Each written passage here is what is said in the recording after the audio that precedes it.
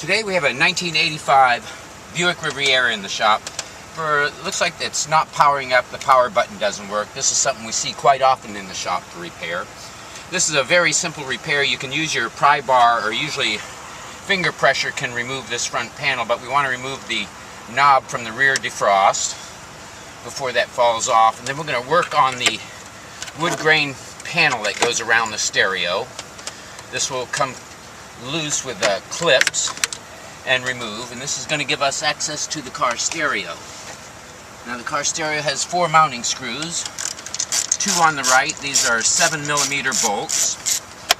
We have a full library of removal guides on our website. See our website at carstereoremoval.com. If you have any other questions or need repair questions or installation help, see our site. Once these 4 screws are removed, we're going to be able to pull the car stereo from the dash.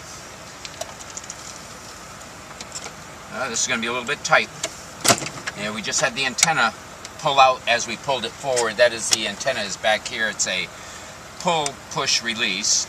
And we'll probably pull this up a little bit just to give us a little bit more play in it for when we go to install it. We have several connectors on the back. One is a big black one. You're going to wonder what this connects to when you go to put this back in, but this one, according to schematics, works with the backlighting. I've seen this plugged in once, and it was in a Corvette. We have the main constant power and illumination here connector, and we're going to lift the little trigger on it, and this comes off. Now we could have one full connector or 3 separate connectors here. The one connector will be all black. The 3 connectors are going to be blue, white, and black. You don't have to label these because these are keyed, and they come out and go back in one specific spot. You push the trigger in on the side, it releases the lock, and you pull these connectors. Again, these connectors only go back to one spot. You can't fit them in another spot other than the one they came out of. This is how you remove the stereo from a Buick Riviera. Hope this video has been helpful. Please subscribe, and thank you for watching.